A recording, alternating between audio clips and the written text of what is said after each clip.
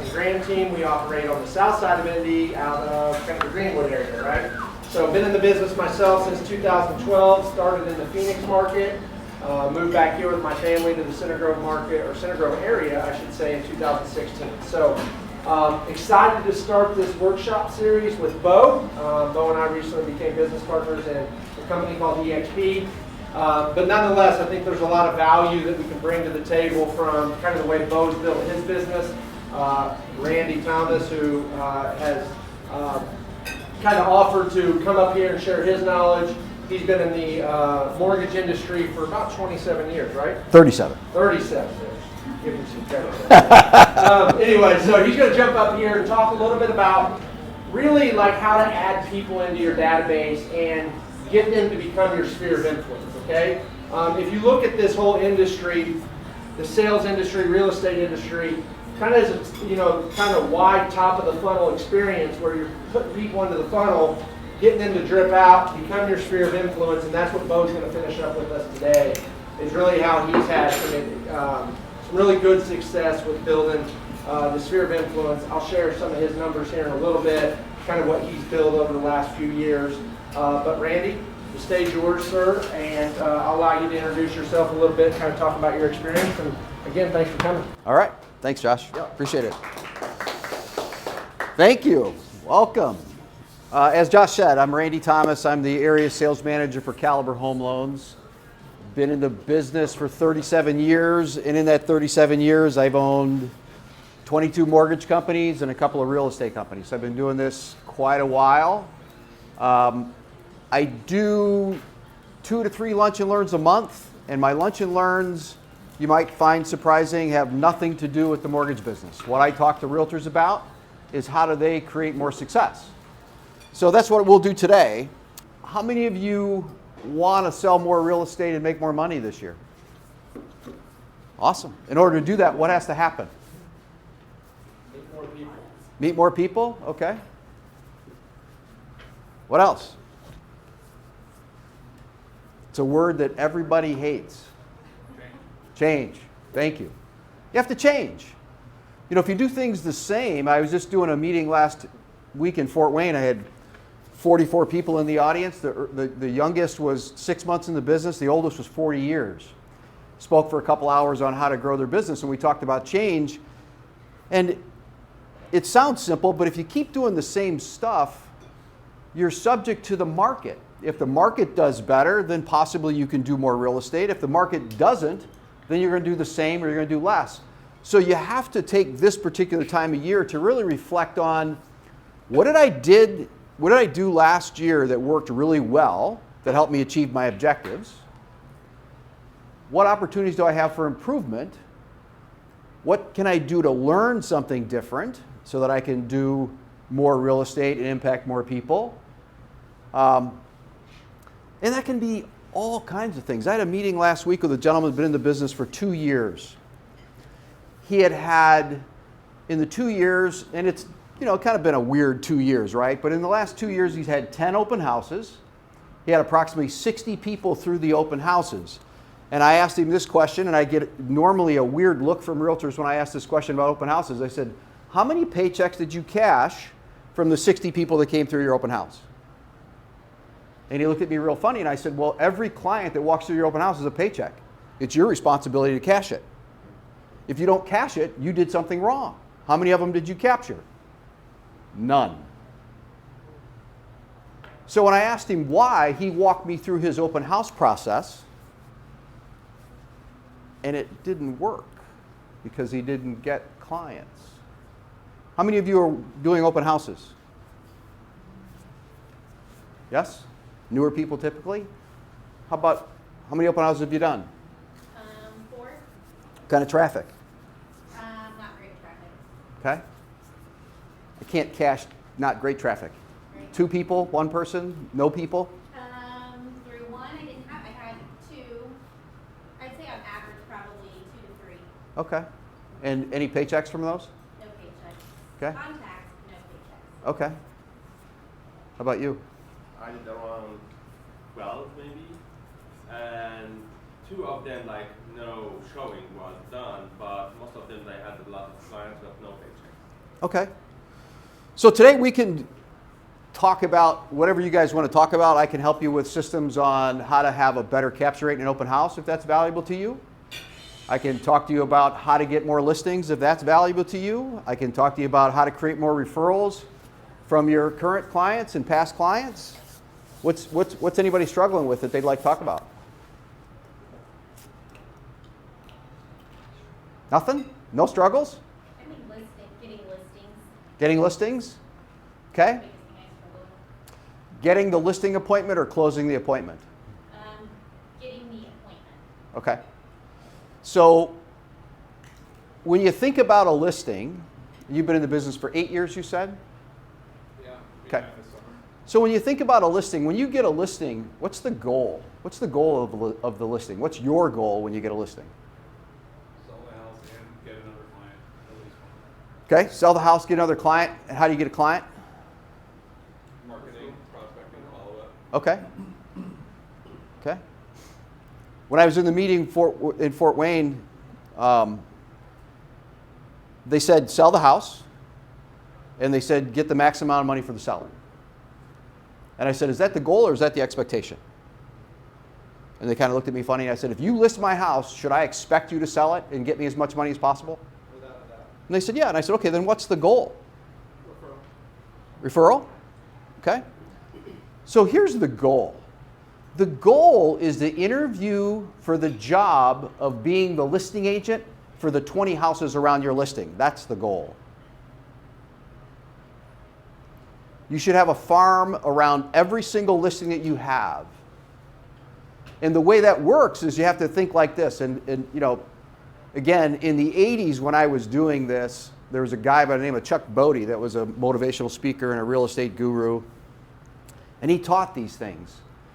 And he said that when you list a house, the houses that are most impacted by your listing are the 20 around the house. 5 to the right, 5 to the left, 5 across the street, 5 behind. Those are the most impacted homes of a listing. That's your target audience, or those 20 homes. He also taught that when you list a home, typically within the next 90 days, someone else is going to list their home in that neighborhood. But it won't be with the person that puts a sign in the yard. Today I've heard that that's 30 days, not 90.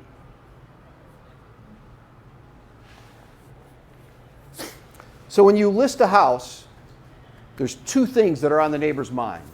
What is it? What are the two things? What are they going to get for it? How much is it listed for? Yep, that's one. What is sell for? But they just put it on the market, so they don't know if it hasn't sold yet. Sign just went in the yard. What does it look like on the inside? What does it look like on the inside? How does it compare to mine? I've been in the real estate business. My wife's been in the real estate business. So when a house goes on the market in my neighborhood, the first thing my wife does is jump online and look at the pictures to see how it compares to our house. Well, they've still got builder grade countertops. Our house would be worth more. They still have builder grade this and builder grade that. So it's that comparison. That's what consumers want to know. So here's the secret. If you give consumers what they want, they will do business with you. If you send them a massive postcard to tell them how great you are and all the real estate you've sold and what percentage of the list price you get on every one, they won't hire you. If you give them what they want, which is information about their neighborhood and their home, they will hire you. What was the percentage you shared in regards to the guy or gal that listed it?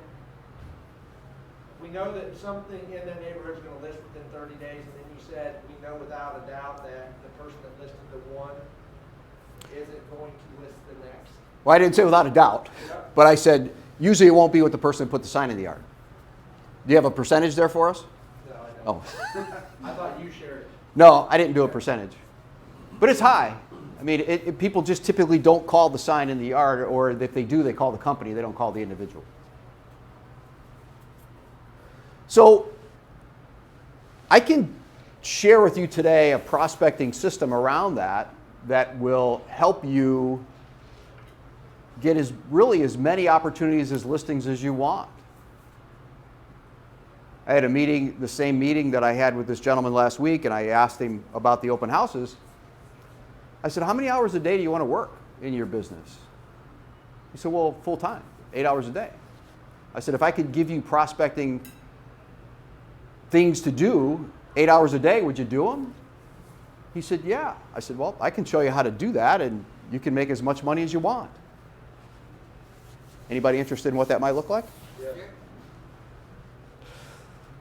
All right, in today's environment, because inventory is a challenge, here's what I found to be an easy way to prospect. And it doesn't have to be wait till you get a listing. But when you want to approach that neighbor next door, you want to approach them with the things they want to know. What's the house listed for, and what does the inside pictures look like? Okay?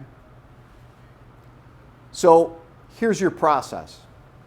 Number one, pick your geography. What do you want to own as your farm that you're going to market to on a regular basis? So pick your geography. Number two, put yourself on a drip in the MLS like you're a consumer, so that when anything comes on the market in that geography, you get a notification. Check with your broker to learn how to advertise or market someone else's listing ethically, because you want to make sure you're doing that. Is everybody familiar with Remind, the software you get with MLS? No.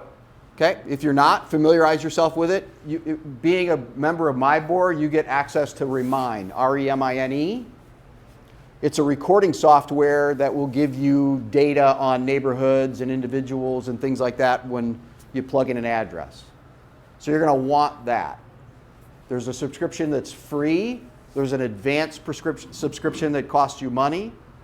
Depending on how much access you get, you may want to spend the money on that process. You also want a subscription to whitepages.com.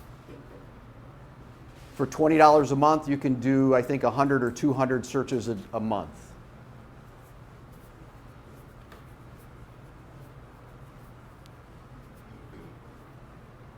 So when you get notified that a new listing comes into your market, you're going to go into Remind, you're going to put the address in, it's going to pull up the entire neighborhood. You're going to identify the 5 houses to the right, 5 houses to the left, 5 across the street, and 5 behind. And you'll be able to highlight each one of those, and it'll give you information on who owns it, when they bought it, what they paid for it, how much mortgage do they have, what's their equity position, sometimes the person's name, sometimes their email address, sometimes their phone number. You're going to work with me, and most likely you're going to work with somebody on my team, because I don't produce, and they're going to help you with developing the material that you're going to want with the inside pictures and the list price of the home, and then you can contact those people. If in Remind you don't have the contact information, you can put the address into White Pages, and it will give you their cell phone number in most cases.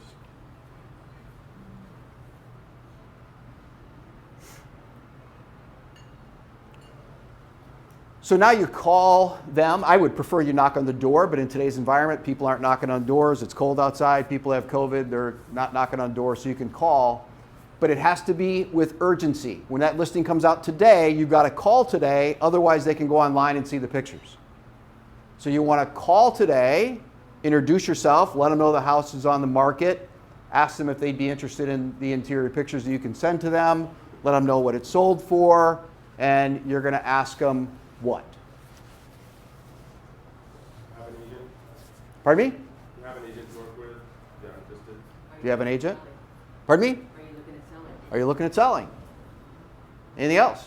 You know anyone that wants to live in your neighborhood? Know anybody that wants to live in your neighborhood? All those things. Here's what I found the best way to get somebody to engage is ask them this question.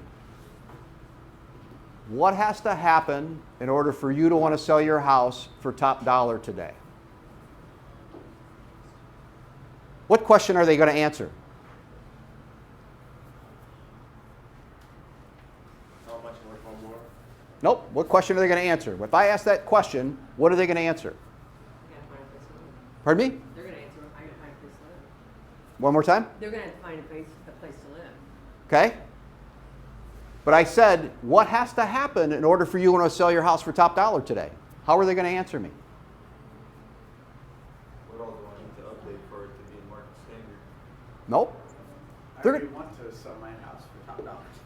They're going to tell me what has to happen. I didn't ask them if they wanted to sell their house. The question is, what has to happen for you to want to sell your house for top dollar today? They're going to answer with what has to happen. So it engages me in a conversation about them. What do people like to talk about? Them. So it engages me with a conversation about them, which is what I'm most interested in and what they're most interested in. But they're going to answer the question as to what needs to happen. Listen, I applaud agents that call people and say, hey, the market's hot, it's crazy, you can make all this money. Do you want to list your house today? How many of you have made those calls and people say no? The majority of them say no because we're programmed at a very young age to say no when a telemarketer is soliciting us and wants something from us. So don't ask a yes/no question. Say what has to happen in order for you to want to sell your house for top dollar today. They're going to answer what has to happen, and then you can engage in a conversation. Here's the thing to keep in mind. The odds of getting a listing around that house is not real high. But let me ask you this. Does anybody want a listing today?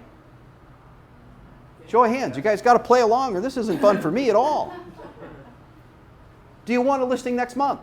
Yes. Do you want a listing next year? Yes. Well, you got to plant seeds to grow a listing. These are the seeds you're going to plant. Okay? So now when you have them on the phone and you've done that great question of what needs to happen in order for you to want to sell your house for top dollar today, and they answer the question and they say, you know, look, this has got to happen, that's got to happen, it's not going to be for a long time, then you can ask this amazing question. I would love to earn the right to be your listing agent when that happens. Would you allow me to do that?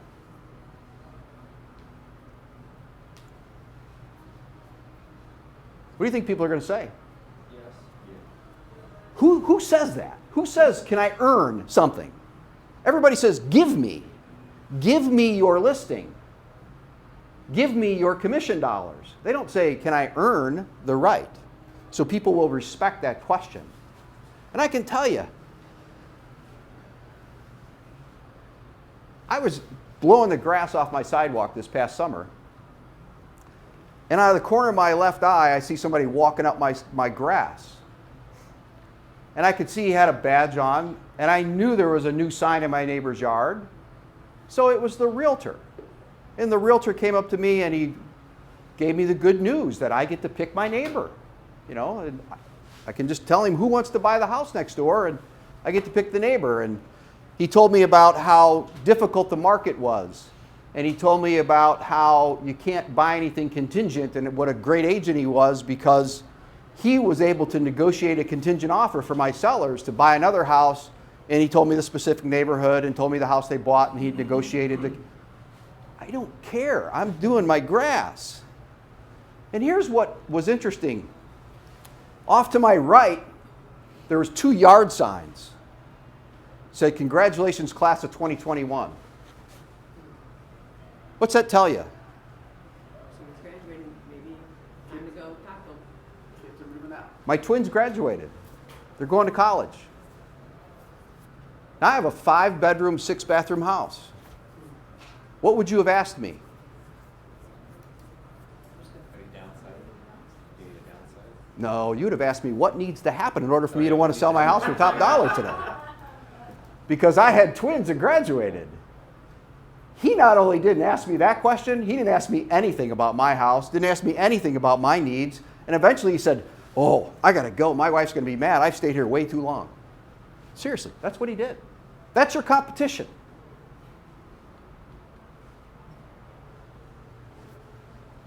So when you ask if you can earn the right to be the listing agent, and they say, sure, you can do that, you have to have a plan in place. So the plan would be, well, if you're interested in what's going on in your neighborhood and you would like to know when houses come on the market and what they sell for and what the value of your property is doing, I can help you with that. And there's a lot of different things you can do. One of them that we're doing is called HomeBot.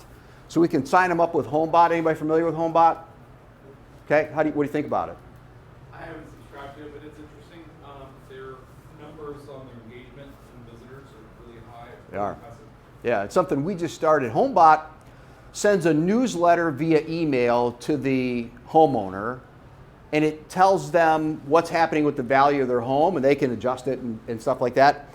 But it also tells them about the opportunity to buy an investment property, or if they have equity, that they could buy a second home, or what their house would rent for as an Airbnb. And then they can go on and search for properties, and it'll trigger and let you know that the person looked for properties and things like that. So it gives them some control, and they can do things on their own. Here's what it does for you. You're training every single one of them to know that you're the realtor of choice when they have a question or they want to list their home. So get them on something like that so that they're getting information that they want about their house. And I would recommend this. Don't abuse their email address. If they give you their email address and they tell you can do this, only do that. Don't solicit them in any other way, because they will unsubscribe to you. So make sure you honor that commitment. So the gentleman I met with last week, and I explained the system to, I said, he told me, he said, I already picked my geography. I already do a drip where I get all the listings. I said, how many do you get in a day? And he said, 5 or 10. I'm like, oh my God, think about that. 20 houses, around 5 or 10 potential listings. You could call people all day long. How amazing is that? Look at the opportunities there.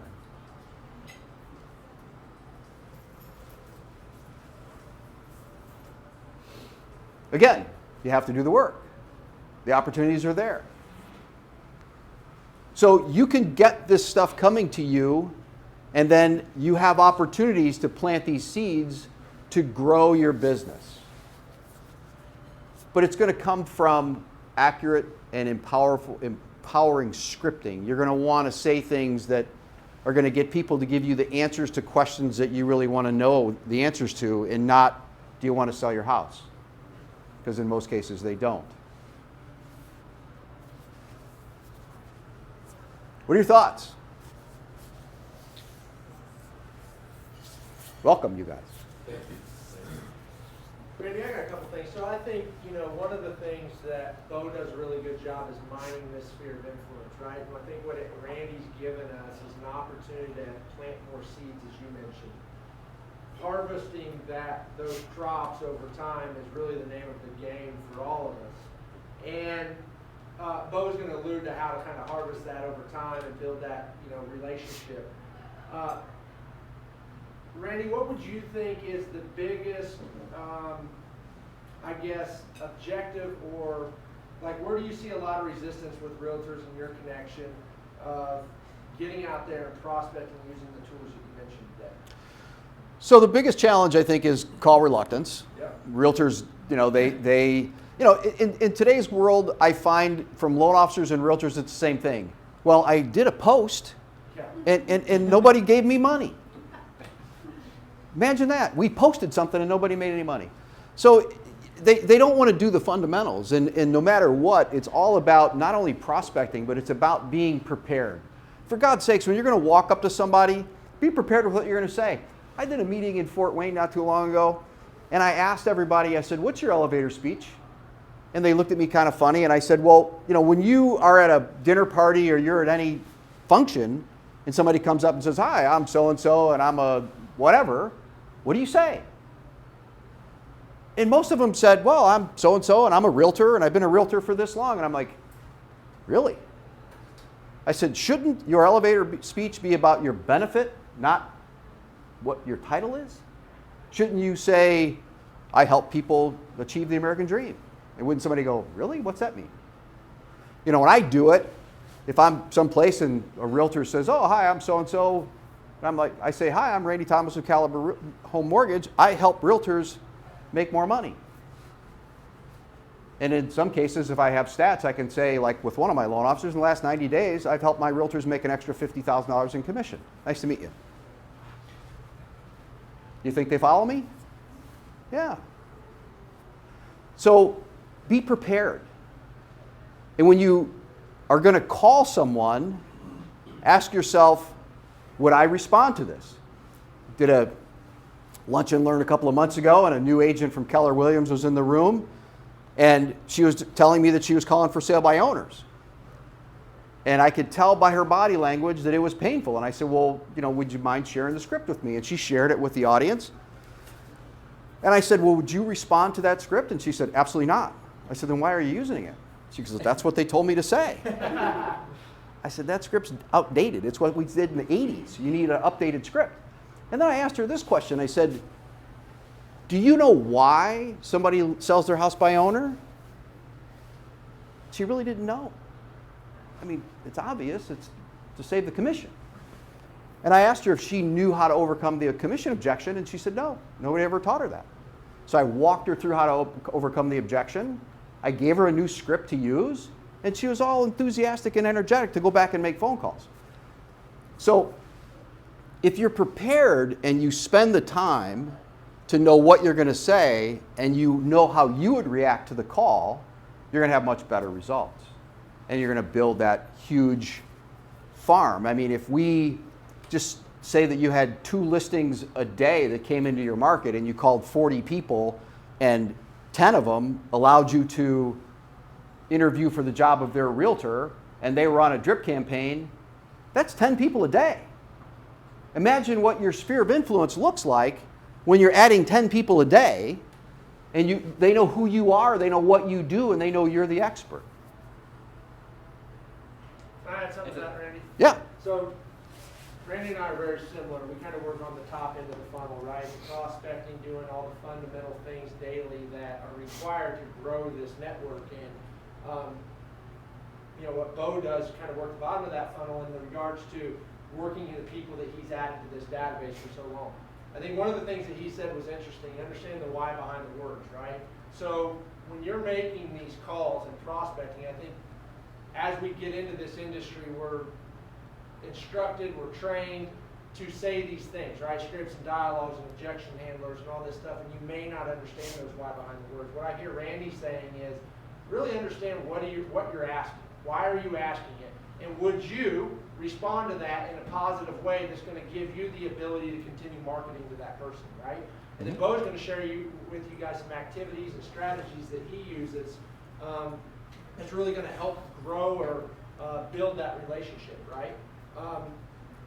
What can an agent do on a daily basis, kind of going back to the fundamentals, to get better at these things? One of the things that I did that worked for me, and this is kind of dated, and I had a 9-inch TV that I put on my conference table with an 8mm camera that was attached to it. I would present to myself so that I could watch things like hand gestures. How often am I moving? What's the voice inflection sound like? Am I using non-words? All these different things that I wanted to hone my skills, because many years ago I sold mortgage companies, real estate firms. I would present to some of the largest real estate company owners in the country. So you want to be able to present with that type of confidence. If you use non-words and your scripting isn't perfected, non-words equates to lack of confidence.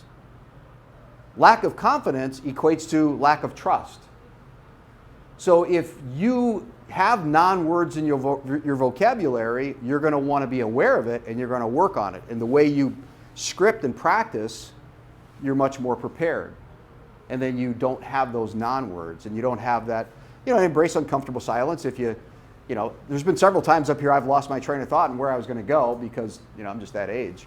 And then I'll be talking and go, oh yeah, that's what it was. So I have this other conversation going on in my head, but you probably wouldn't know that. To build off what you and Josh both have said, I'm new to the game, so starting off, you said the word telemarketer and making calls and kind of building that framework to get more clients and more business.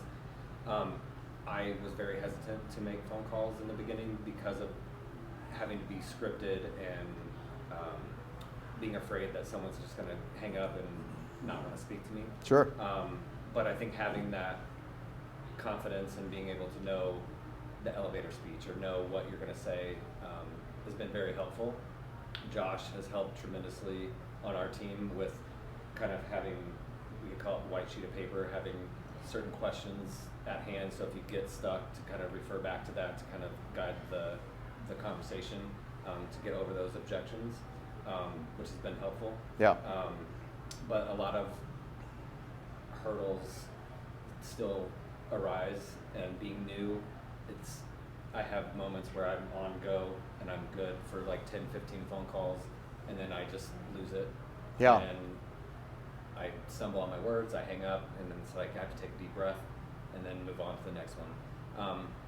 But I think, like you said, honing in on those skills and then doing the work. And a lot of agents don't want to make phone calls. Mm-hmm. They think doing a post or relying solely on their sphere is going to get them ahead, which I think you can if you've been in the business long enough and you have a huge sphere of influence. But I don't, being 4 months in, so I have to rely on making phone calls and really doing the work and treating it like a job. So. Yeah, and quite honestly, most agents I meet with don't know how to work their sphere, which is what Beau's going to talk about. Yeah. I mean, it's interesting how many of them, will be like, hey, I'm in the real estate business now. Okay, well, let me trust you with my biggest asset. You can have it. You're brand new. They really don't know how to solicit their own friends and family and make them feel comfortable. Can I ask a quick question here? And who here prospects daily? Okay, good. So I think one of the things for me, and Todd and I talk about this daily, is adding the human experience to it versus the scripted dialogue, objection handler conversation. A lot of people, and I appreciate what you've kind of mentioned to us today, a lot of people get into it with a lot of resistance to the prospecting world because I don't want to sell to my audience. I don't want to prospect and sound like the telemarketer or whatever Todd mentioned. Talk about the human element for a second, like the human behavior business, right? Guys, we're in the human behavior business, right? These people are just like you and I.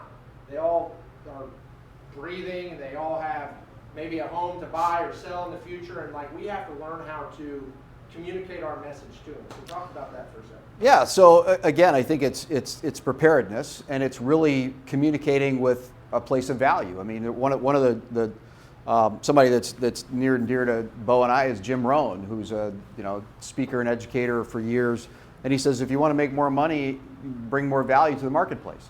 So if you think about it from a value perspective and what you're doing for the client. So when I got in the mortgage business, I learned everything I could about the real estate business so I could bring value to my realtors. And I figured if I help you make money as a realtor, my income's taken care of. I don't have to worry about making money on the mortgage side because I'm going to help you grow your real estate business. If you have that same mentality and you're thinking, so the person may not want to sell their house today, but if I can earn their business at some point by bringing them value and giving them something for nothing in return, I will win their business.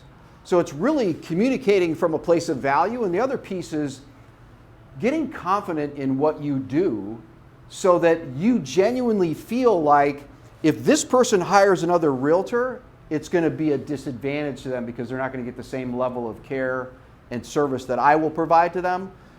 But they don't know you unless you make sure that you are out there doing those things, and they don't know your value unless you can explain the value and you can present the value on the phone or however you're going to communicate. I jokingly said you can't mail the postcard that says how great you are. I get those in the mail.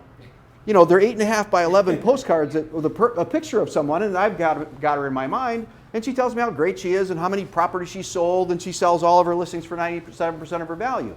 They go in the recycle bin, and they're expensive. And here's the thing. I don't care how many houses she sold because I only care about my house. And she already failed because she told me she's going to sell my house for less than what I listed for. I want to sell it for what I put it on the market for. So don't tell me that you're going to fail 100% of the time and only get 97% of asking price. Not to me as a consumer. I mean, as a realtor, that's great stats. But as a consumer, I'm going, really? You take a haircut on every single one of your listings? What are you doing wrong? She doesn't know that. Nobody's talked to her about that. So, just think about your messaging, that it's delivering value, and have confidence that you're going to do everything you can that's in the customer's best interest. When I do things whether I'm speaking to realtors or whether I'm helping loan officers or whether I'm fighting over a file, it's always in my mind, what's in the best interest of my customer? I don't care about anything else that's going on. What needs to happen to give my customer the best experience and the best opportunity possible? And if I do that, I'll win every single time. Any questions for me? Yeah, I got a quick one. So going back to the whole sounding like a telemarketer on the phone. So we do have that stigma being realtors of being salespeople and getting on a call, you're immediately a salesperson.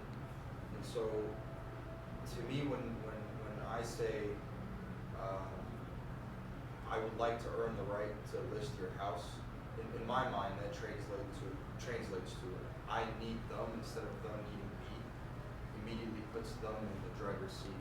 And to me, I feel like the answer that I would get from that is, okay, we'll think about it. We'll review our options. And since this is something you have to earn, I'm sure there's other people that would like a chance to earn, and they're in that.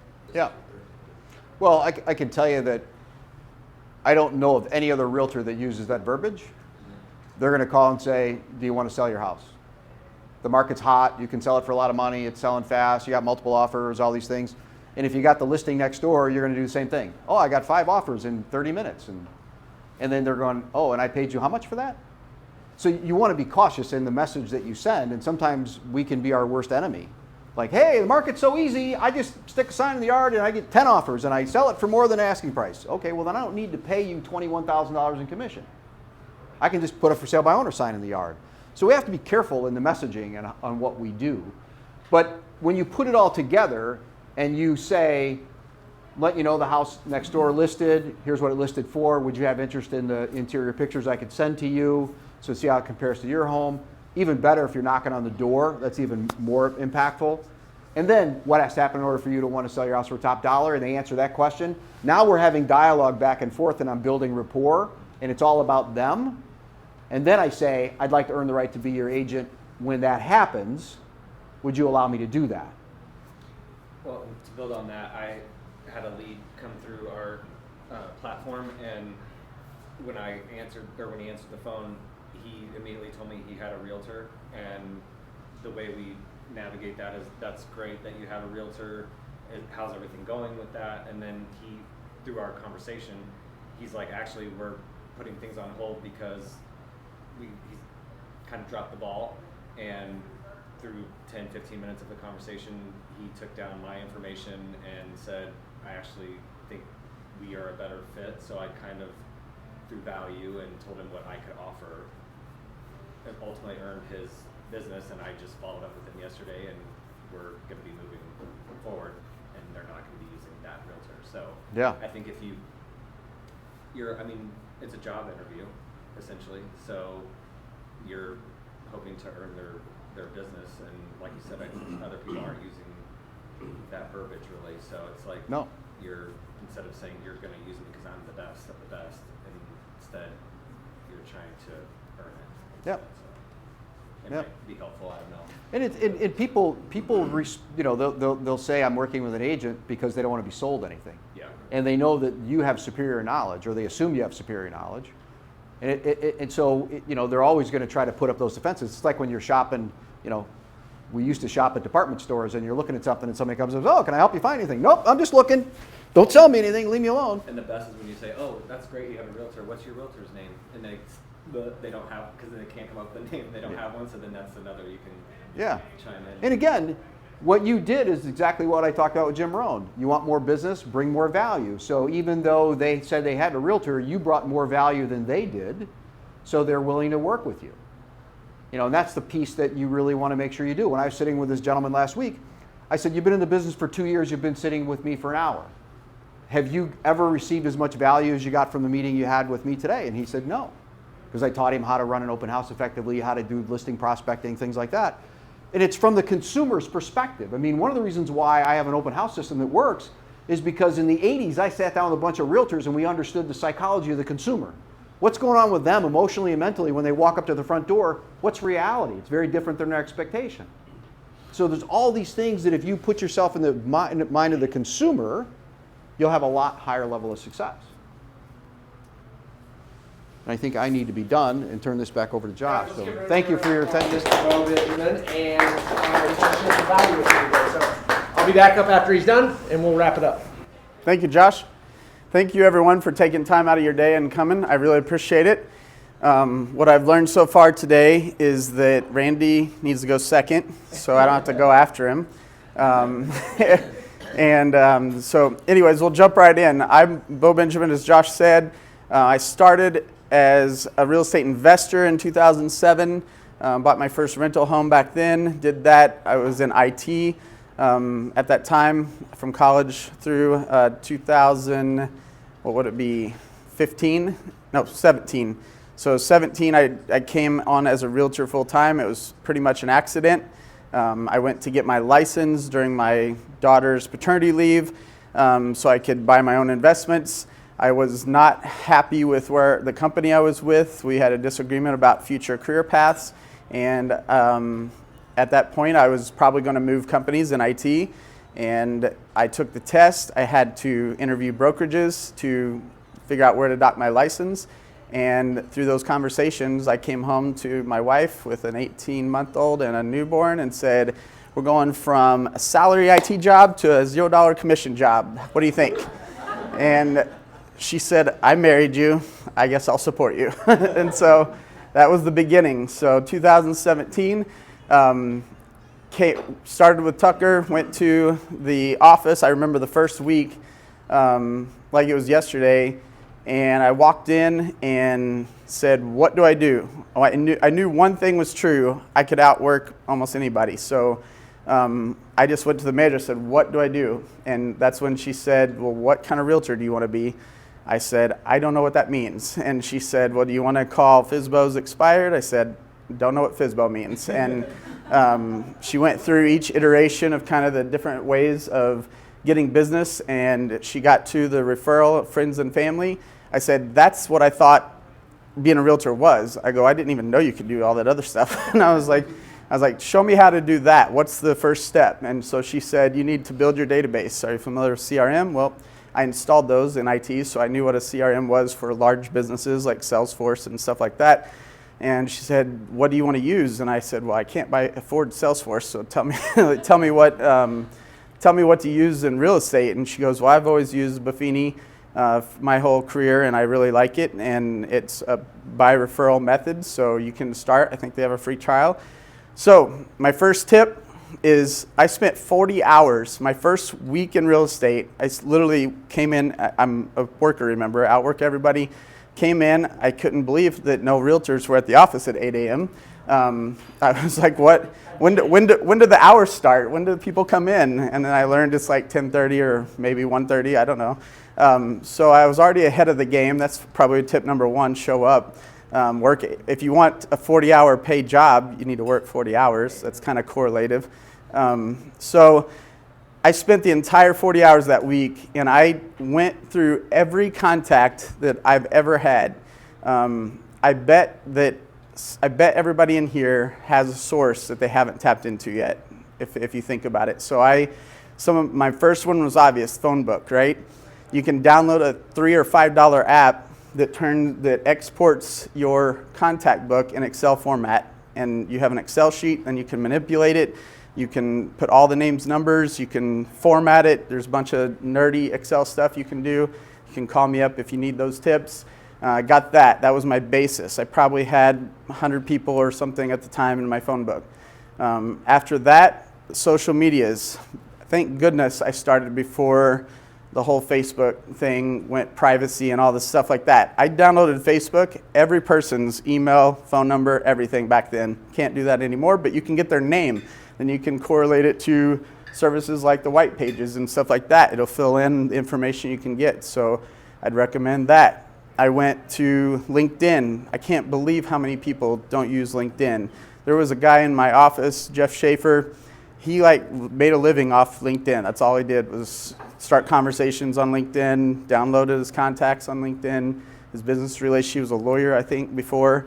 So LinkedIn, what's some of the other ones? Instagram wasn't as popular even in 2017 as it is now. But I went through every source. Here's another one. I literally asked my wife and my mom, give me your Christmas card list. And I was like, those people we're family with or we're like close to, that should be almost your primary goal is to get those people in.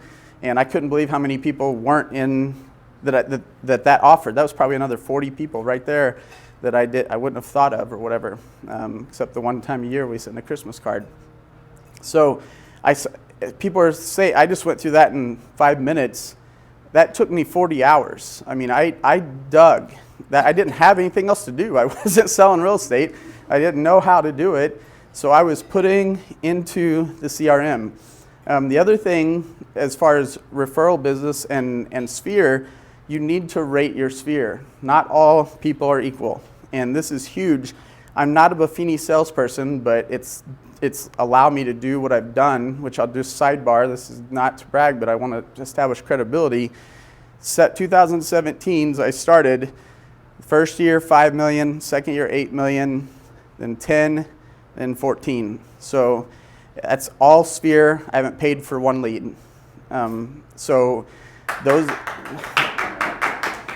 and I'm gonna give you as many tips as I can fit into a half hour on how to continue that. But this is the fundamentals. These are the base things I did that I think are huge for people. I think that they just run out and, like we said, post on Facebook. That doesn't do much. There's other ways you can make it work, but the fundamentals are what establish your business. So I get all of that in the CRM. Why did I say not all people are created equal? Because has anyone heard of the 80-20 rule? Raise a hand. Most people have. Can anybody explain it? We've heard of it. Let me hear your version. You can apply it to so many things. Everything. My favorite is in your closet, 20% of your wardrobe you wear 80% of the time. 100% true. That's awesome. I've not heard that before. So the 80, just so that Mike picks it up and stuff, the 80-20 rule says, and it's universal. You said it can apply. It's a law like gravity. I tell people when I first introduce this, if you do not believe in this wholeheartedly, you also don't believe in gravity, go jump off a 5-story building because you think you can fly. Like, this is not a theory, or it may work sometimes if you do it. This is 100% true 100% of the time. So 80% of any amount of productivity or output comes from 20% of the input. Okay? So if I just downloaded my list of 100 people and I got my Excel sheet and said I didn't even buy a CRM, I just said I'm going to print this out. I'm going to do a little check mark every time I call every person. If I do that, I'm wasting 80% of my time. Is that not incredible? Like, I'm going to make not as much money and I'm going to spend more time. That's amazing to me. So how do you overcome that? The rating system. So again, not a Buffini salesperson, but it's the only CRM I've seen establish this law within the system. You rate the people C, B, A plus. All right, and I think I'll be able to quote it. So, what does that mean in Buffini world? So A plus means that the person has referred you or used you more than one time. So they're an A plus. If the person has referred you or used you one time, they're an A. If you believe they will refer you, but you need to train them on how to do so, they're a B, and they start as a C. All right? Now here's where the 80-20 rule kicks in. Buffini will serve you up who to call out of your whole entire list based on the 80-20 rule. So A pluses, Buffini's going to push to you every once per month to call them. And people shudder when they hear that. They're like, oh my gosh, like what? I just talked to you last month. What am I going to talk to you in the second month? I'll talk about that in a minute. All right, they're going to serve up the A's every 2 months, the B's every 3 months, and the C's every 4 months. So your baseline person that you just got, you like some of my C's are someone I did a project with in IT like 10 years ago. I think they'll know me if I call and say hi, but we don't have a day-to-day relationship per se. All right, so, but I'm still going to talk to that person 3 times a year because it's going to serve it up once every 4 months. So that person may not use me, may not refer me regularly, but if they get to the mark, does anyone know on average how many times people move, or how many years it takes someone to move in Indianapolis? Yes, yep, 7 years in Indianapolis. So I may have a C that sits there for 7 years, but as long as I'm in contact with them 3 times a year on the phone, a couple times a year otherwise, an email here, whatnot, I may get their business every 7 years. I have a lot of IT people in my sphere. They don't like to talk. They don't want me to call them most of the time, so they're perfectly comfortable being a C. But guess what I'm not going to do? I'm not going to spend 80% of my time on 20% of the output, because I'm wasting a huge amount of time where I could be focusing on the A+ and the A's. They're the ones that are going to give me the business anyways. And this is a law. Remember, this isn't theory. This isn't maybe this will work. This is 100% true. It's what allowed me to grow to where I'm at today. So the fact of the matter is that these people, your database is an ever-moving, ever-growing thing. It's living. If you haven't spent any time in December or yet in January going through your database and massaging it, updating the rating of these people, you're doing yourself a disservice. Because A+ that have referred you, used you more than once, but have it in at least, I usually give them 2 years, they go back to an A. If an A hasn't done anything in the last year, back to a B. So I'm constantly massaging, and if someone refers me and uses me, boom, they're an A+. I'm going to start talking to them. Because sometimes, like we've talked about, we plant seeds and they just need time to grow. But you got to pay attention, because as soon as someone, I have a lady that I helped sell her house in Brownsburg. She built a house in Westfield, and I live in Westfield. I'm so excited that she is an A+, because she talks more than any other person I've ever met in my life. She is the best A+, because she's going to be up here in Westfield in my circles, and she's going to start telling everybody. She's going to be on the Facebook moms group that I'm not in, and she's going to advertise me all the time on Nextdoor. It's amazing. I love that A+. So you need to know who they are. And before, she was a C, because she was just a referral of someone else that I knew, and she started as a C, but then I kept in touch with her, and we did business, and now she's grown to an A+. All right? Okay, so let's talk about what we do and how we use the system as the sphere, the contacts. So I've heard the word call reluctancy, call hesitation a couple times. I have 0. And it's not because I'm any more special than anybody else in this room. It's because I literally know and care about every person in my database. I don't need to worry what they're going to say, because it's just a phone call. To me, I'm just calling my friends. This is the best part about this. So I have made a recent move and partnered with Josh, as he said, because I want to learn more about the tricks of the trade with the funnel and the internet marketing and stuff. But I want to learn, because it's kind of like, and no offense to you, Josh, but it's kind of like know your enemy, or know your friend, but know your enemy more. He's not an enemy per se, but he's someone that's in the marketplace that I've competed against unknowingly before now. And I partnered up, and we're really trying to learn from each other. I mean, that's the goal, because I know there's value there. I know there's things I can learn to make myself better. But my core is always going to be my sphere. I'm not going to move away from that, because I love it. And he even said, I didn't know until he said it the other day and today. He's like, why is he jealous of me? He does way more volume than me. So there's no reason to be, but I bet I work a lot less than him. I bet I don't have to spend nearly as much time, because I'm spending 20% of my time to produce 80% of my income every year. So it's great. And the 20% of the time I'm working, I'm talking to the people I like the most. So I mentioned a second ago, A+, that means they've referred me or used me more than once. All right, so when I call them, it's like calling my buddy that's in my fantasy football league, just to shoot the crap. We're not. There's no preconceived I don't want to sound salesy. I'm just going to call them and say, hey, what's up? And sometimes I don't know what to say, but they come up on my system and I'm going to reach out. I don't necessarily have anything picked out to say, so I have some scripts or dialogues or things to say. One of my favorite that most people's probably heard of is FORD. The acronym FORD stands for Family, Occupation, Recreation, Dream. That is a lifesaver because I get stuck every once in a while. I want to make the call. Maybe they're an A and it's been 2 months and I feel a little out of touch, or maybe they're a B and they're 3 months and I just haven't seen them on Facebook. A lot of times you watch the Facebook post, and so I know something to bring up. But I don't have reluctance, I just need something to start the conversation. So I agree with the scripts, I agree with everything, you should have that ready, but in large part when you start working your sphere, a lot of that melts away. But like I said, my go-to is ask them about the family. How you been doing? COVID has been amazing from the sense of real estate and conversations, phone calls, because people don't get the interaction.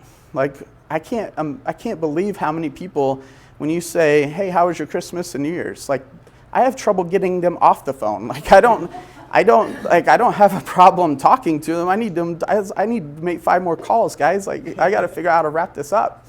But the other thing is too, in your CRM, every CRM has this, there's notes on the client.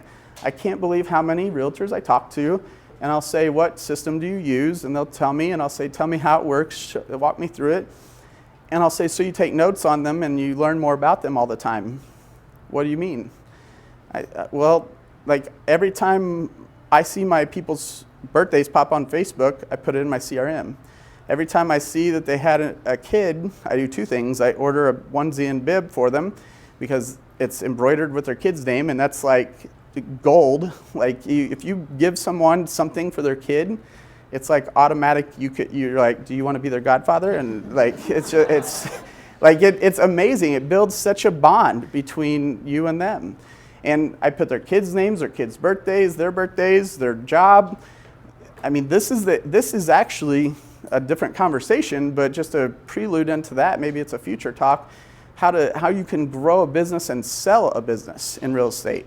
When you have a database that has that much information on that many people, then you can sell that because it's valuable, because someone else can make that phone call and say, how's Susie doing? Oh, I see she turned 11 last month, right?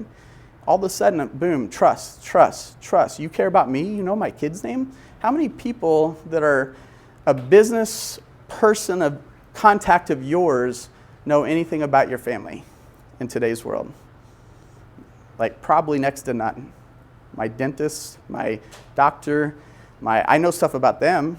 And it's amazing. They always ask me after I ask them because they feel bad. But like every contact I know stuff about. And guess what? I went to the dentist for my routine cleaning today, and that's what made it pop in my mind. I brought up the CRM. It's on my phone. It's also on every desktop. It's online. I checked in, made sure I knew his kids' names, made sure I knew anything going on, checked the social media. How many people check the social media before they make the call? Check LinkedIn, check social media. Now, if you're going off the leads, I don't know if it's as easy. Sometimes it may pop up if it's public. They're not hiding stuff. But all my peoples are friends with me on social media, so I check it. Oh, I saw you went to a wedding last week. I mean, I could start off any conversation with almost anything. Everybody just posts their life everywhere, and it's material right there. I don't have to have the hesitancy or worry about making the phone call. So to me, this system is just extremely easy, and I have trouble understanding why everyone doesn't start here. It takes time though. I was doing a similar talk for the Tucker Rookie of the Year tour, and whenever I was talking, I didn't even realize it until I said it, and then after I had to sit down and kind of reflect on it. My rookie year, I had the goal to win the Tucker Rookie of the Year, and the first 5 months I did $0. Thank God I had savings, and I was able to transition to this business and live off that until I started doing something. But it was scary. Like, it was scary. I didn't know, like, if I felt confident in myself I could make it, And I was going to keep doing this system, but it was scary because you start wondering, like, is what I'm doing working? Did my manager lie to me? and like, what do I do if nothing pans out? But I had leads. I had a pipeline that was growing. It's just nothing was coming to fruition. Between the 5 to 6 month mark and the 12-month mark, when they're counting the stats for Rookie of the Year, I did over $5 million in business. And it was the second half of the year. And that actually, this talk was in my second or third year when I was trying to figure out how to grow. And here I was thinking, like, I can't get to 10. 10 was so hard. And then I'm like, wait a second, I did 5.5 years. So there's no reason I can't do 10 in a whole year, especially now that I'm like not new. So like it was completely just brain, like I was just talking to myself with negative language. And instead of realizing I'd already done a $10 million pace in a half year, but you have to constantly be planting the seeds. So the calls and the reluctancy, if you don't make that call today, 90 days from now, you just lost money. Who in this room knows how much a phone call is worth to them? It's not worth the same to everybody, by the way. Anybody know that number? Josh, do you know it? No. I'm surprised by that. I figured you would. Last year, I actually need to run it for this year. Shame on me for not knowing right now. Last year, I put a sticky note on my monitor, $146. Every time I make a phone call, whether I leave them a voicemail, I talk to them, or they don't answer, or well, you need to make some form of contact. So voicemail or I talk to them, $146. Now you tell me if you're willing to not make a phone call for $146, then you're better off than me. Like you have other sources of income and you need to teach me something. So how I got that, because I'm sure people are like, how do you come up with that number? Buffini thankfully keeps all the stats. Your CRM probably has them. You just got to go dig in reports. I took the amount of business I did and transactions and divided it by the amount of calls I made the prior year. Calls and pop buys. So pop buys are face-to-face. You can include lunch meetings in there. You can include, as long as you're either talking voice-to-voice with them or in their presence, that counts. And when I did my volume divided by the amount of contacts I did in the 2020, right? Yeah, last year's 21, so 20, my number was $146.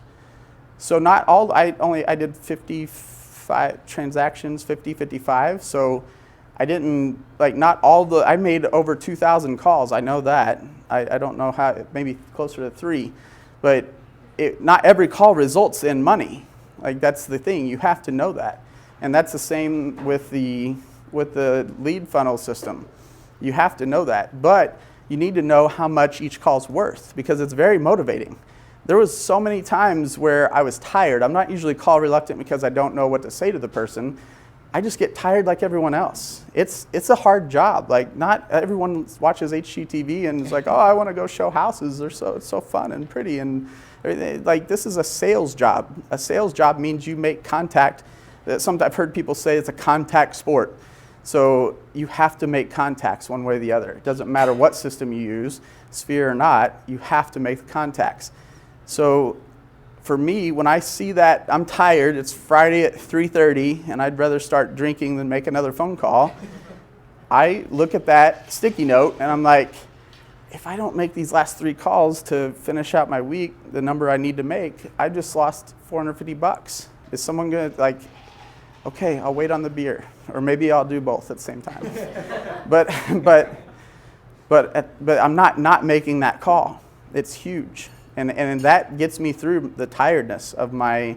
It's not, the Sphere is not magically just better. It's better because I think the 80-20 rule applies very very much so, and I don't have the call reluctance. I still have tiredness. I have 2 kids, 6'4". Like I'm tired all the time. So that helps me get through it. Know your number, and I can help you figure that out if you have questions about it later.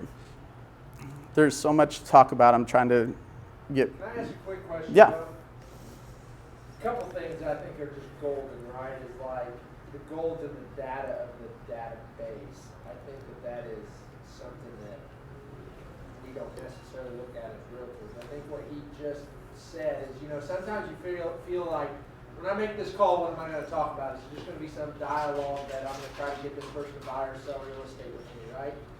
What he's mentioned, and I know several of you guys in this room, that like what he's mentioned, if you just did that, I guarantee you that amount to 6 figures or more a year. Would you agree? If someone in this room is not doing 30 deals, I would guarantee you, if you want to work with me, I don't know what I'll charge yet, but I will.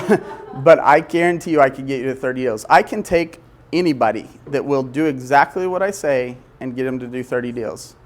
The key is, will you do what we say? Can you just give a 10,000-foot overview of like what a day in the life of Beau looks like apart from the phone calls? Oh, I love it. So my first, I really wish that we had a different recording device. That's a note to take for the future meetings when we're doing this. Because I can share my screen. I calendar block. You've probably heard that term before. I wasn't good at it when I started. There's another tip. I tell my son all the time, you have to practice. You have to practice. You have to be, like, we're not born with any specific talent. You could say you have God-given talents. It's probably a lie. Like, most of us are equal, thank God. You have to practice at what you want to be good at. And I stunk at a lot of stuff. And the more I learn about real estate, the more I need to work on it. So calendar blocking is huge for me. I stunk at it at first. I'm still refining it today after like 4 years of doing it. So my big problem today in calendar blocking, I'm going to get to your question, Josh, is I slam it all together. I mean, every minute is down to the wire. Well, guess what? I'm not a robot, so it doesn't work. My biggest problem right now is that if I have this blocked off from 11 to 1 or 11:45 to 1:15, it's 1:15 right now. I've already failed. If I put something now, I'm supposed to call somebody in the next half hour, it's not going to happen. So you have to build in humanness.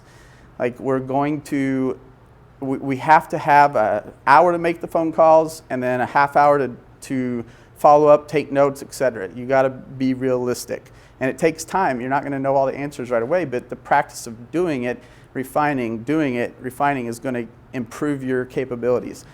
So, day in the life, drop the kids off, come back, write notes. I write notes first because it's easy. It's so easy, and like it gets me going. I'm not naturally just run and dive into my office chair and be like, let's make calls. Yes, it's 8 a.m. Like there's no, like that's not who I am. Never going to be. So notes does two things. It gets me going. It's easy. I don't have to talk to anybody. I can just have my peace. I got my nice cup of coffee, whatever, in the morning, and I get going. It gets slow ramp up. Notes also does something incredible, and I didn't know that Notes did this until I'm very competitive. And let me I got so many sidebars going on. So sidebar, I thought, like I grew up in southern Indiana where it's kind of just cowboys and cornfields and coal miners and stuff. And if I told some of those people that I write notes for a living, they'd be like, what's like, are you one of us still or what? Like and so I was reluctant when I heard that. I'm supposed to write like other guys' notes too? Like what's going on? Like this is weird. But the best thing in the world, like there's not, we don't even get that as much mail as we used to. It's all, Randy mentioned it earlier, it's all email. Our email boxes are just full of crap. But the mailbox is not so bad anymore. You get the town newspaper thing or whatever, the Westfield Gazette or whatever it is, the Carmel thing's got, and you get a couple bills and something else. Like you get a handwritten note, the chances of them taking that and throwing it away with the other stuff and not opening it is 0. They're going to open it. Maybe they're hoping there's money inside, but they're going to open it to see what it says. And when you take the time to say, hey, I appreciate our chat the other day. I appreciate having lunch with you, having coffee with you the other day. Let's keep in touch. If you ever know of anything that I can do for you, let me know. And a lot of times I won't even ask specifically about referral. Like I'll just say, let me know if I can do anything for you. Like I really, all these people I care about, they're my sphere. Like I'm serious. I've told people during COVID, like, hey, If you like, they're really, you got the sensitive people and you got the people that breathe all over everybody. Like, I'll tell the sensitive people, I know you don't want to get out. I can buy a bag of groceries for you. And I mean it. Like, that's what I'm trying to build roots in Indianapolis and trying to establish a business. So that stuff matters. When you tell people that and you really mean it, like, it makes a huge difference. All right, so sidebar from the notes. I thought it was weird, but I started doing it. All right, I started doing it. It was very successful. 2 notes a day is all I started out doing. Then I told you I was competitive. Buffini had a webinar thing, or maybe it was one of them I went to in person, and he told a story about how he got to be a guest at, I think it was the younger Bush's luncheon, leadership luncheon. He was invited last minute as like fill-in guest spot, and it was Bush before he was president. He was congressman and some other leaders of the world and of influence. And someone asked him, "What's brought you the most success in your life?" And this is in Bush's autobiography, by the way. Well, I've always made a practice of writing 10 personal notes a day. And so Buffini went, when he was young, he went from nobody to top 5 realtors in the state of California in like 5 years, by the way, if you want a credibility check, doing the principles he teaches now. And so I was like, I can write 10 notes a day. Like, if they can do it, I can do it. I'm not gonna be president, but I can write 10 notes a day. And so I started doing it one year. And it's hard. It's just hard. But the best thing that came about that, and this goes back to the first half hour of the day, whether you write 2 or 10, it's gratitude. When you write someone a note and you're trying to figure out what am I going to say to them, the best thing to say to them is that you're thankful for them. Appreciate the opportunity, appreciate the lunch, appreciate the opportunity to serve you. He said, earn your business. I love using the word serve. That's what my goal is. And if I'm in a transaction with somebody, I constantly use, how can I serve you? Thank you for letting me serve you. Thank you for the opportunity. All those words matter. And so, anyways, getting back to Josh's question, notes first half hour of the day. Next, I used to do calls next. 8:30 is rough, although you will get more voicemails if you like that. I've gotten to the point where I'd rather talk to the person. At first, I kind of like the voicemails, so 8:30 might be a good time. Another good time is like 1:30, because they're just getting back from the office or for lunch, and they're getting set down, and they're like, oh, voicemail, I'll take care of it. I got more voicemails at 8:30 and 1:30 than any other time. If you want to talk to someone, call them at 3:30, because then they're in their caffeine need break of the day, and they're like done with work, and they're like, oh, Beau's call me, I'll talk to him. And so that's a good time to get a hold of somebody. In the morning, I moved my calls back to 9:30, and now today I have an hour of make a video. I tried to do this push last year. I failed miserably, namely because the market was so busy that it just kicked my butt off the rails. But this year we've been very poignant about creating video content. I think that it's going to continue to be a separator from people that are willing to do it and people that aren't, and people that become good at it, which, what do you need to become good at something? Practice. Like, there's so many. If you think that you don't want to do video because you don't want to be on the screen and people, what you look like, what you sound like, go back and look at somebody's video when they started doing video. They're terrible every time. Like, go look at their YouTube channels, go back and look at old posts. Horrible. But the only reason they're as good as they are today is because they've done it over and over, and they learn and they get tips and tricks and everything else. Is that video going to the sphere of influence? Like, this is a personalized video? Hey, Beau, it's Josh. Like, I'm like all out. Like, if this is my 2020. People have a word of the year or something. Like, if I wanted to pick something, I'm trying to do video so hard right now, and it's hard. It is hard. It is like, you did 75 hard. I'm doing video hard. Like, I did, like, 75 straight days of video. Oh my gosh, it's so hard. It's just, you're in your head. It's so hard to get out of your own way. All right, so Buffini's got an integration to BombBomb. EXP's KV Core has the integration to it. I called BombBomb directly and said, hey, I don't want to pay twice. Will you hook me up? And they fixed it all. And now I got one account for everything. And now I take the video, I can do it from my phone app, or I can do it on the screen. I have the webcam at my desk that I join Zooms with, and it takes great HD video. And just the other day, I brought MyBor stats, which are free. They come out once a month, and I did a 2022 market outlook. I did it right after Josh because he reminded me. And Josh did his video, and I was like, dang it, I need to do that. So I spent like an hour, and I have an hour every morning. I block it off. I mean, 1 out of 8 hours a day, I'm sitting here thinking about or doing a video. And so that's huge. Then I do the calls. By that time, I'm warmed up. I'm talking to myself in video.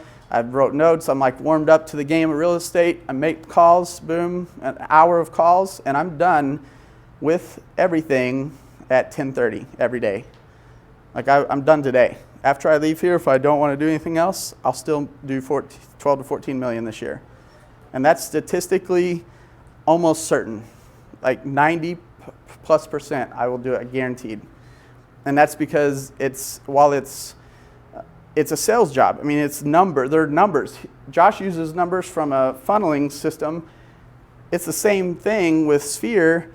I just know that if I talk to this many people and actually know these numbers, so there's 23, it takes me 23 contacts of either in-person, lunch, coffee, or call to get one referral. And I hover between 1-to-1 and 2-to-1 on whether the referral closes as a transaction. So let's say it's 2-to-1. So I need to make 46 contacts in my Sphere to get one closed transaction. Now all I have to do is say I want to do 50 transactions again for 12 million. Then I do 50 times 46, and that's all I have to do. It's like 2,000. I said I made 2,000 calls last year. It's like 2,000 some contacts. Divide that by 52 weeks. Divide it by 5 days a week. Hell, divide it by 4 days a week if you only want to work 4 days a week. It doesn't matter because probability is also something like gravity. It doesn't change. You cannot jump off the roof and think you're going to fly. You can't do things that are probably true to the 99th percentile and think they're not going to work this year. Randy mentioned about doing activities and having a plan and stuff versus just letting the market be good or bad and control your outcome.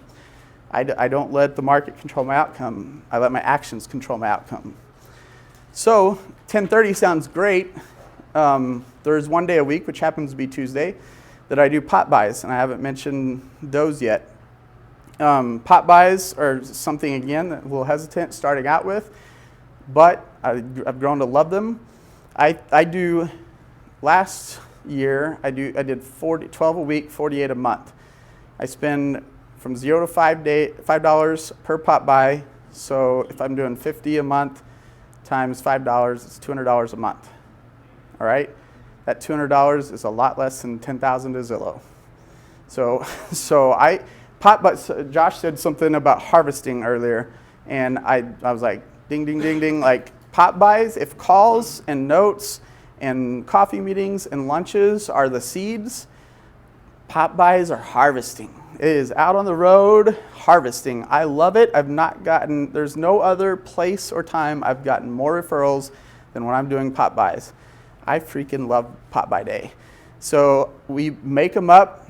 My January pot buy is hand sanitizer. It's been that from 2017, well before COVID, but it's so popular now because everybody is like, yeah, I'll take another bottle of hand sanitizer. And guess what? They keep it in their purse, they keep it in their car, they keep it on their desk, and they see my little sticker every single time they use it until it's empty. And then I've had people call me and say, where'd you get the one with the little clip-on thing? Because like it's so handy, and I want to get another one. So they're calling me versus me having to call them because they want to know where they got hand sanitizer. I have routine ones. I have about 6 routine ones a year, and I have about 6 months we just go with the flow, whatever's going on in the world, the marketplace, etc. So February's Girl Scout cookies. Oh my God, like you just got a client for life when you call them and say, hey, your girl's still doing Girl Scout cookies, right? Yep. Give me 40, give me 50. And they're like, what? Their goal was 20. Well, do you not want the order? I can call another person, or I can split it amongst you. No, we'll take it. We get the best prize. And I've done this with 2 clients this whole time, and I probably don't even need to call them. I would never do that because Randy taught me not to. even if the client, I'll repeat what he said, even if the client tells you, you don't need to email me, you don't need to send me the note. Yes, I do. Well, why? No, you don't. No, I want you to know how much that I care about you. And if I can't take the time to reach out to you and make sure you're doing okay, then I don't deserve to be a realtor. Okay? So, pop buys, I'll just run through these. How are we doing on time? A little bit over. Tell me if you guys want me to stop. February Girl Scout cookies. You get double whammy. Hand them out and you get a guaranteed client for life. March, this is one of the free months. I've done lottery tickets with the Lucky Charm guy on whatever, Leprechaun, and I've done drinking ones with Shamrocks and all that stuff. So lots of options there, which is why we kind of freelance that one.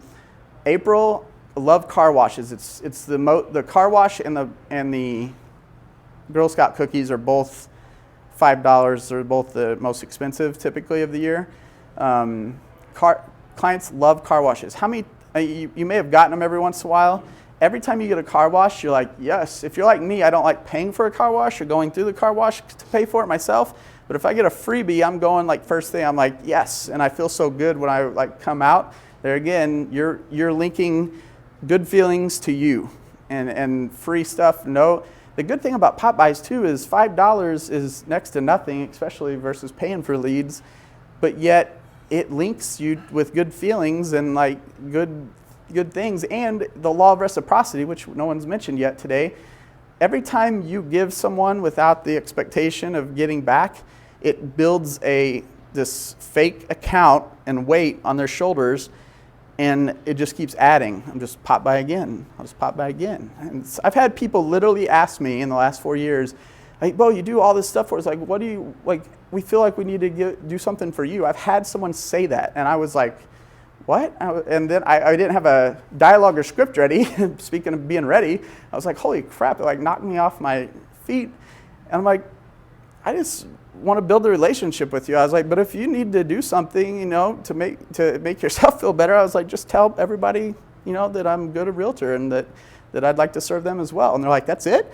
Like, that's it? Like, yeah, that's it. I mean, it's $5,000 to $10,000 a time. Like, $5 for me, $10,000 for you. Well, I'm good with that. Like every time. So I didn't say that part, by the way. But yeah, the law of reciprocity just keeps building. So I'm going to try to get through the months. June is a free month. July is a free month. August is the football calendar, magnet calendar, which you need to do a magnet calendar once a year anyways, so it's a good time. It's got all the sports on it. August, September is Starbucks gift card because everyone freaking likes that pumpkin stuff, and it's like that's when they come out with it, so it's like perfect timing, and people's like, oh, I've been wanting to go get a latte, and I was like, well, now you can. And September, October, you can do that for October. I do carving kits. They're like $2 at Target. You don't need a $30 carving kit that like you're gonna store away and display like for your guests. Like that's perfect. $2. So like, yep, I use it for 5 minutes. Make a memory with our kids, and boom, throw it away. Like awesome. And by the way, that memory they're sitting there making with your stuff, remembering you. November, pie party. Most of you probably heard of it or done it. And then December, wrapping paper. So I literally use the ones I've told you every year, and no one's ever said, you give me this every year. As a matter of fact, the wrapping paper, I've had people call me and say, are you going to bring some wrapping paper? Because I was going to go out and get some, but like I didn't know if you're going to bring some by this year. Holding out for you. Yeah. So that's pop buys. I mean, they're, like I said, harvest. I can't tell you how many times people have said, yeah, I'll be sitting on the front porch. We're getting ready to do something. We'll be in touch with you. Or even I don't know if it's better, but it's alternative. They're in a cul-de-sac. They're in a neighborhood, and they're like, hey, we're really good friends with like the Joneses down the street, and we were having dinner or doing something, barbecue the other night, and they said they were thinking about buying or selling. I gave them your card. I hate hearing that. Because then I have to train them, and I'll tell you that why in a minute. But I gave them your card, and they're probably going to call you. Well, that's like 3 miracles. The first miracle is you remember to give them the card. Second miracle is they don't lose it, and the third miracle is they actually call you. So the key to that is that's immediate, that's the B's. That person's probably a B in my database because they don't know how to refer me. Say, okay, well, I can't tell you how much I appreciate you referring me to your neighbors. That's amazing. It means more than anything as a compliment to me. If you talk to them again, ask them if they mind if I call them. If you give me their number and let me call them. A lot of people are hesitant to reach out to strangers that they don't know, even with the referral. I'd love to just reach out to them and offer them, a chance to go over their house and numbers and the service that we provide. And they're like, oh yeah, I'll do that. And then I'll get a call within a day or two or a text. Like I've gotten texts before I got to my car. They're like, here's the contact card of the person. Like I texted them, they said you can call them. Like just because I trained them, and they had already done the referral part, but I don't want to rely on 3 miracles, so I trained them how to do it, and they gave me the information. So that's calls, notes, pop buys. That's Buffini's famous saying. When he passes, I'm going to try to coin it or whatever you do to take it over. But I do my own spin on a lot of stuff. I mean, we're going to have more meetings coming up, so we'll delve deeper into these. But happy to stay around. I'm going to eat. Couldn't do it before because just want to be clean whenever I'm up here. But I'll be around. I think Randy's going to be around for a few minutes, so you guys are free to ask any questions you want. We'll do a little Q&A now if you guys have any specific questions. Anybody got any questions for Beau? Anybody find value in it? Oh, go ahead. Sorry. Quick question. How do you find the content for, what type of content do you use for your videos? And how do you kind of map that out with doing so many? Can I ask a question here? If we did a video workshop based on how to build content that's relevant to buyers and sellers, would that help? Yeah? Yeah. I'll let you answer that question. Yeah, no, actually, I would defer to what you taught me a month ago. We were on a Answer Zoom. the questions that your buyers and sellers have. Yep. So if my wife and I are getting ready to buy or sell our house, what happens at 11 o'clock at night when we're laying next to each other in bed? We're asking ourselves questions because we don't know the answers to them. Right? We take for granted a lot of the things in a purchase agreement, supplemental documentation that we put with transactions, what happens in the inspection process, what happens if my house doesn't appraise, what happens, what if. Answer those questions. Yep. And then you're my go-to resource. Go ahead. The other thing, so what he taught me about content, he's a master at producing online content, by the way. If you watch, follow him, etc. He posts daily, maybe hourly sometimes. But I was like, how do you come up with this? And he's like, I just follow other realtors around the country. Like people in our market aren't watching California Realtor. And I go to Buffini events, so I have 10,000 people I could follow in a different state and watch what they're doing and just repeat it for our marketplace. So that's the easiest. And then the content, the value of the questions is huge, because if you take a half hour and you ask yourself that question and you put it in the frame of reference Josh just mentioned, I made a first-time homebuyer video the other day, easiest one in the world. I made a listing presentation. What value am I going to bring if you list with me? All the things. There's 20 easy ones that you could come up with if you poignantly do it. Another tip from Josh. I said, Josh, I'm in the midst of all this. I'm doing this stuff daily. I'm like, how do you find the time to figure out what you're going to post? How do you go copy the other? When are you doing that? You have kids. He's like, what did you say? Sundays with a cigar or a cognac or something I spend my week always on Sunday, Yeah. right? So I call it General's 10, and that's another conversation. But nonetheless, how did my last week go based on what I wanted to get done?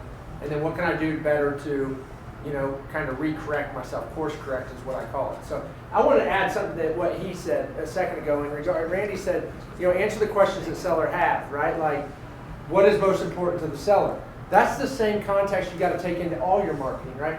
She does fabulous at marketing. Would everybody agree? I don't know if you guys follow Sarah Graham, but you guys should, right? She's awesome at social content because she's always answering questions about what a buyer or seller has.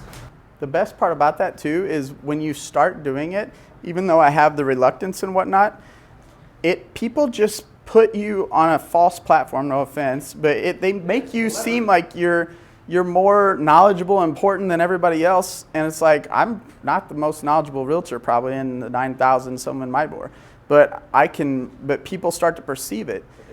Yeah, another thing that we constantly are considering ourselves in the frame of reference of each other. Like, oh, I'm not as smart as Josh. I shouldn't post because I'm not as smart as him and I'll look stupid compared to him. Well, Josh doesn't care what I post, and neither do most of you. But my sphere of 1,000 people, by the way, I went from 100 to 1,000 now in 4 years. They don't know anybody else. They may know a few other realtors. I promise you, they're probably not like. I do look smart compared to that in their platform of life, in their perspective. I look like the most knowledgeable person because I'm constantly posting stuff that helps them. The home tips, like maintenance tips. You can Google fall maintenance tips. 1 million people put that out. Do videos. There's a guy in Evansville that I know, best friends with, and he's been doing them for like 2 months, from November through December. He like had them pre-canned, so he didn't have to do anything, and he could spend time with his family. But his people are seeing it, they're like, oh, I need to do that on break. I need to do that tip. So everything that I've done on social, I think Sarah could probably add to this too in another conversation. But I've just mirrored, and I take out the word innovation, and I just repeat what somebody else. Rip off and repeat. Rip off and repeat. So if that helps you, everything that I put on social is literally my version of somebody else's. One thing to end on, and this is huge, and this goes back to your question. Has anybody heard of Earl Nightingale? Yes, we got 1, 2, not very many people usually. He's still, I think today, I need to look this up to get the facts straight, but I think today still he is the highest selling spoken word album ever sold.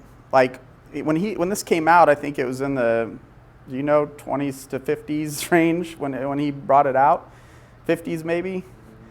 But that when vinyl albums were how you listen to things, and he did it because he was a salesperson and he needed to go on vacation for an extended time, and he didn't want his sales team to lose their pace, their stuff. So he did a spoken word album that's now called The Strangest Secret, and it's one of the best pieces of content you could do, like for life, for so many reasons.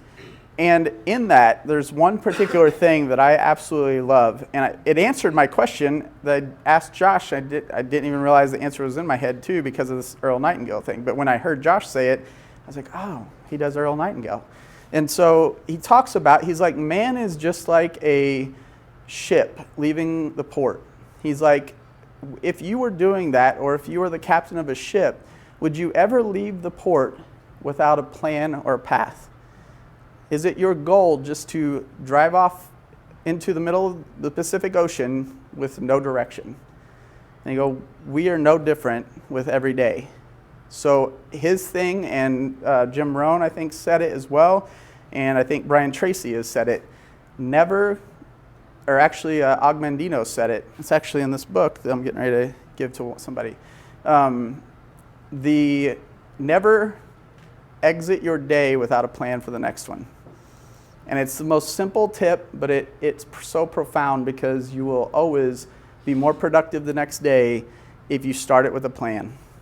Mel Robbins does the 5-second rule, get up, get out of bed. Guess how much easier it is to get up and get out of bed if you have a plan versus just like, what am I going to do now? Or I'm late to do this or late to do that.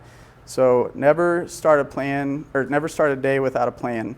That's it. Guys, we want to respect your schedule. Yep. First of all, thank you guys for all coming. Everybody give a round of applause. Did everybody find value in Beau's message today? I think what Beau does a really good job of, it shows you that there's another way to do it. Right? I do it my way, Beau does it his way, and that's what I respect so much about Beau, is that he's brought some value to me. So I appreciate that.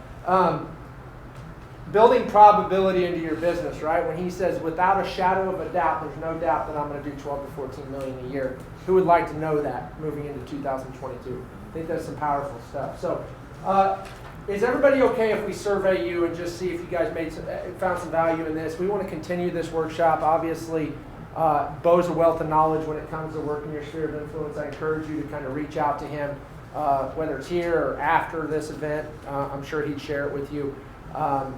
I'll leave it open for any questions. I know he wants to eat, and we kind of go our separate directions. We're going to do more workshops. One's a video and kind of how to build content, how to build structure into that. I'm going to lean on some people in my sphere to kind of give us a little tips on what she's really good at. But we're going to continue to do this. So if you guys can continue to bring a friend, or show up yourselves, and then hopefully bring a friend again. And may I ask everybody that's come, if you plan to come back to another one that we're going to have, we're planning on every 3 weeks or so right now. We'll survey you, see what content you want, how often, if 3 weeks is too soon, too little. Please bring a friend. I'm asking you for a referral. So please bring someone that you think that would get value from this next time. I really appreciate it. I want to do a pop by. I'll give you the choice. I always reward 2 things, and I'm actually going to need some help for the other one because I didn't keep track. You were the first one here. Show up was the first tip I gave. So which book would you like? Go Giver. These are my 2 favorite books of all time. Is that by Gordon? Nope, Go Giver. I forget his name actually. Who's that? Bob Berg and John David. Bob Berg. The next one's The Greatest Salesman in the World. Help me out. If anyone knows, please be honest. Who was the first person to ask a question? Was it in the corner? Lindsay, was you the first person to ask a question? Sure. All right. Ask questions in life, guys. You don't know. You can't find the answers to things unless you're willing to ask questions. Thank you for your time. Thanks, Beau.